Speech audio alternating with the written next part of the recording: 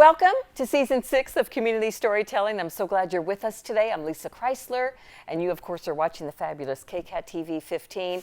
And my fabulous sponsor is Linda Lester and Lester Square right here in town. If you haven't been there lately, stop on by. Get an ice cream, or coffee, a burger, whatever. Anyway, we're here today to talk a little bit about KCAT TV 15, to be honest with you. I'm not sure you're aware of the Producers Network, which started just over a year ago. The idea of our executive director, Melissa Torin, who said, I want the 55 plus community of Los Gatos and Montecito to have a place to go, to actually be part of the community and get out and learn who lives with them, who lives around here, make friends, and do something. And that's what's happened with the Producers Network. It's been funded twice now by the town of Los Gatos. Thank you so very much. And it is incredible how it's grown. And while it's 55 plus, yep, I qualify. You may qualify too. We have a couple of people, 2, 3, who are in their 90s, who come down here and interview people and just become a part of the community. And I've been involved with many public TV stations, and I've got to be honest, I've never been part of one that had such a community as part of it. And that's what we're doing here at KCAT TV 15. So we're going to talk about the Producers Network, and I'm going to introduce you to one of the producers who's on the young side of the 55 plus on up. And you're going to fall in love with her, as we all have here. So, and I don't know, she talks more than I do, so we really may be in trouble. We may be in trouble. That's what I'm worried about.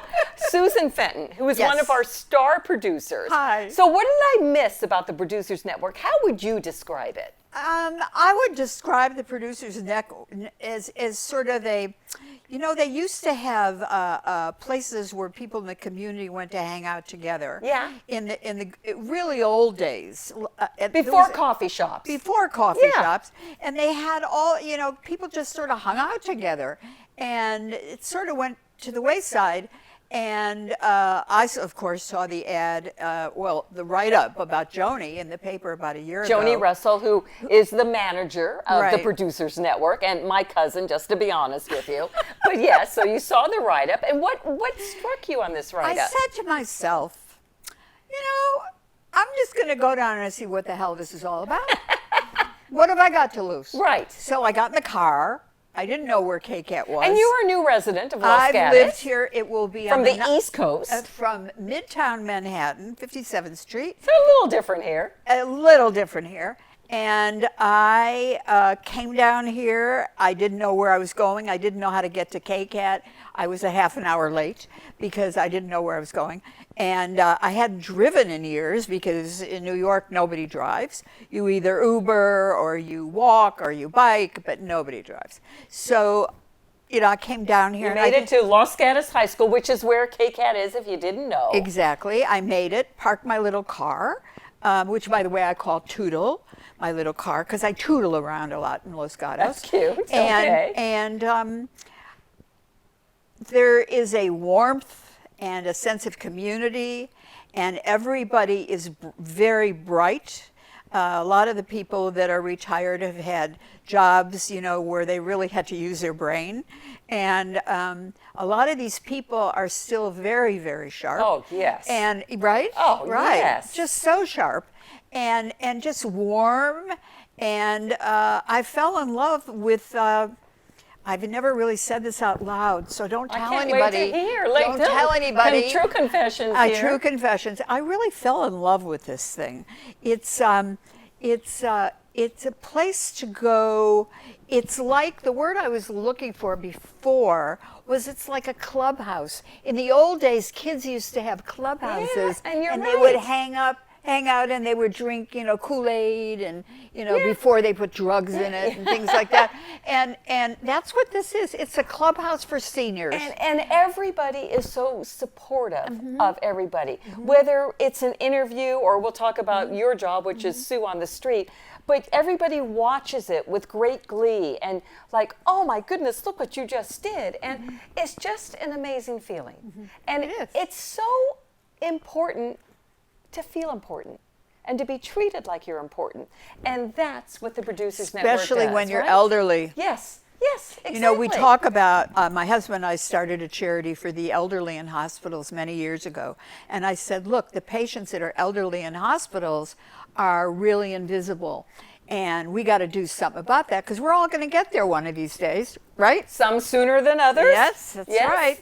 And my husband and I started this little charity, and then it was in 3 hospitals, and we were on Lifetime television because people got that seniors are invisible because they've done their thing. But my feeling about it is they are the people that made the society that we're living in right now. They are the ones to go to because they know the ins and the outs. They know the stuff. Yes. And instead of saying, oh, I don't want to be around old people or whatever, those are the people that actually are the bedrock of our society. And, you know, in some countries, they are treated that way, but not in the United States. Yeah, it's an amazing group. And so we said, okay, what are we going to do with Sue? And because you're so talkative and everything, and Sue on the street. Tell us what you do. Well, Sue on the street, my ex-husband saw something and he said, Sue on the street. He said, you're not a hooker. He said, I said, no, I'm a little old to be a hooker. You know, what's always interested me more than anything else is I know my story. I don't know your story. You know a little bit. I know a little bit. Yeah. Some of it is too colorful for this TV show. But I want to learn about you. You want to learn about me. I think that the more we talk to each other and open ourselves up, the better the whole society will be. What events have you gone to? Well, so far, I know you were at the Christmas parade in the rain, the pouring rain, and we at least were under a canopy because we were broadcasting the parade live. You were out there, I don't even know if you had an umbrella. No, I was dancing in the street. And to show you how wonderful this organization is, I got very sick. I was dancing in the street and I said, I don't feel well. And I went inside and Joni, who's the head of the producers, said to me, have a cup of tea, have a cookie, that's, she's a Jewish mother. And so I said, no, I really don't feel well. And I had a car parked there. So one of the other producers said to me, I'll drive you home. And if he hadn't driven me home, I couldn't get in my car. I was too sick.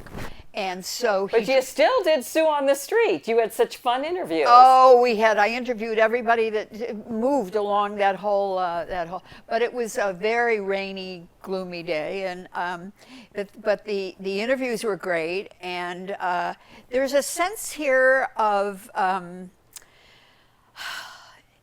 if you go up to a New Yorker and say, I'd like to talk to you for a minute. No.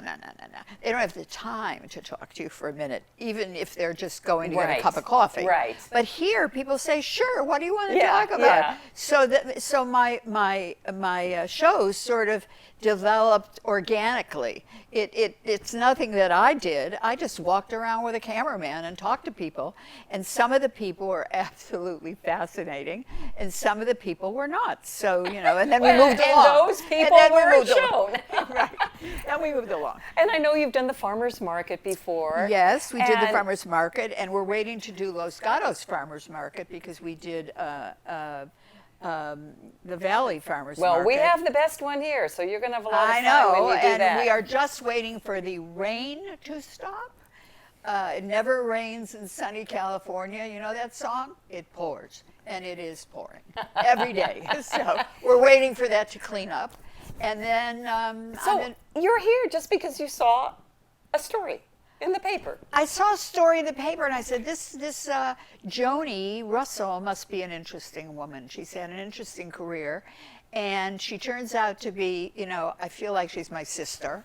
And really, I don't know if you feel the same way here, but I've been involved in media and stuff in the past, but I've never. This is small town media, and it's charming, and it's informative. It's very informative. I find myself watching 1 hour shows when I was going to watch it for 5 minutes. Right. Because it's informative. Yeah. I saw a chiropractic show and I thought, oh, you're never supposed to look over here. You're supposed to look over there when you're elderly.